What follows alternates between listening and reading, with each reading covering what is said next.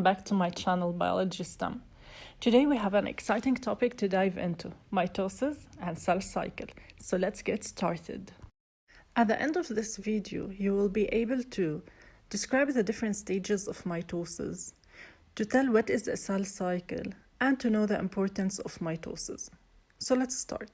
To kick things off, let's talk about cell division. So what is mitosis?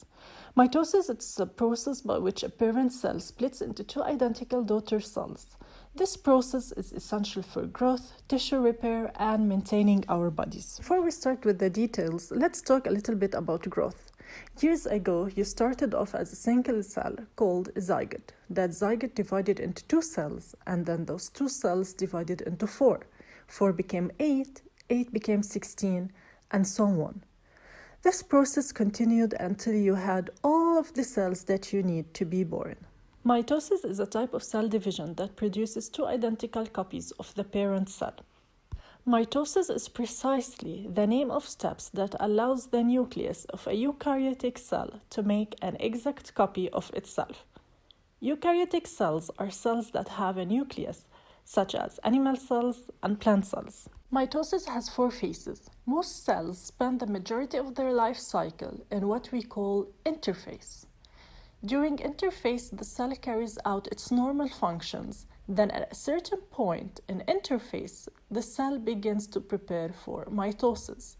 This preparation mainly occurs inside of the nucleus. A cell cycle is a series of events that take place in a cell as it grows and divides. So a cell cycle is composed of 2 phases or 2 steps or 2 events, interphase and mitosis. Mitosis has 4 phases. Most cells spend the majority of their life cycle in what we call interphase. During interphase, the cell carries out its normal functions. Then at a certain point in interphase, the cell begins to prepare for mitosis. This preparation mainly occurs inside of the nucleus. So let's start talking in details about the phases of the cell cycle.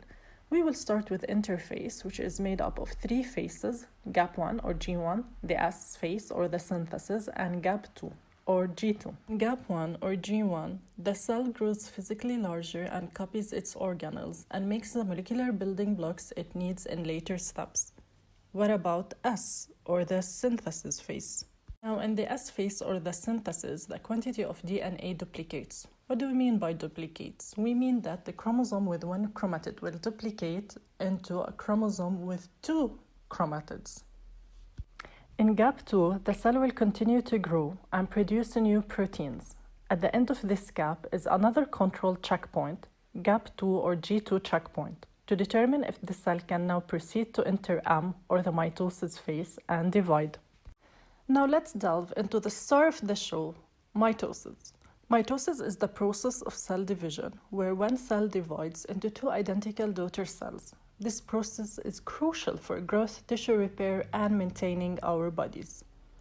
Mitosis has several key phases: prophase, metaphase, anaphase, and telophase.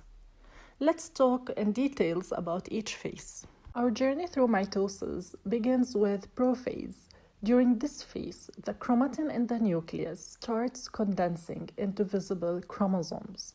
Each chromosome is made up of 2 sister chromatids held together at a point called the centromere.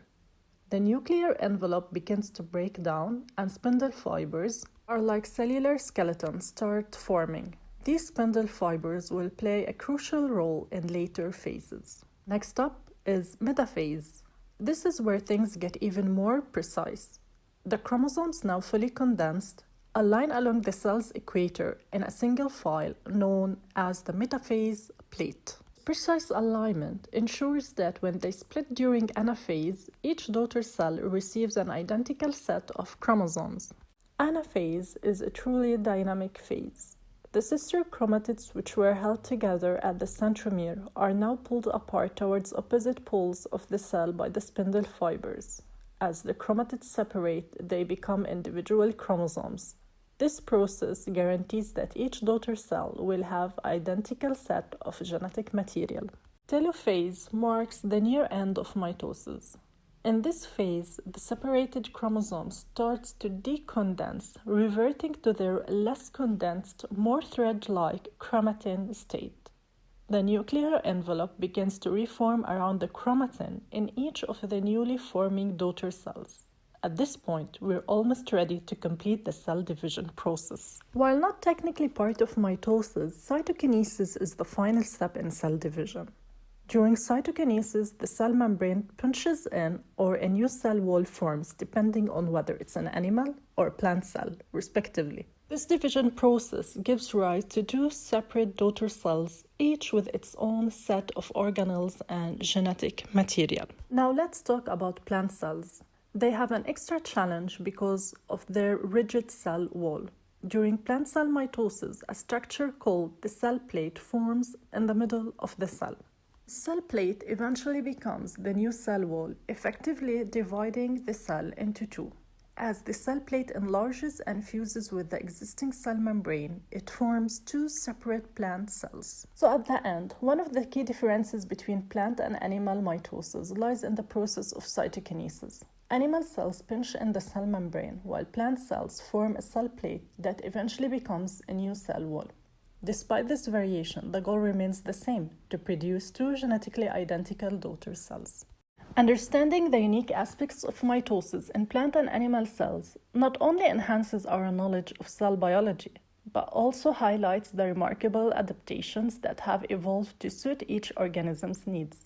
If you found this video informative, please hit the like button and subscribe for more educational content. If you have any questions or topics you'd like us to explore, feel free to leave a comment below. Thanks for being with us today, and until our next video, keep exploring the wonders of science. Stay curious, stay learning, and see you in our next video.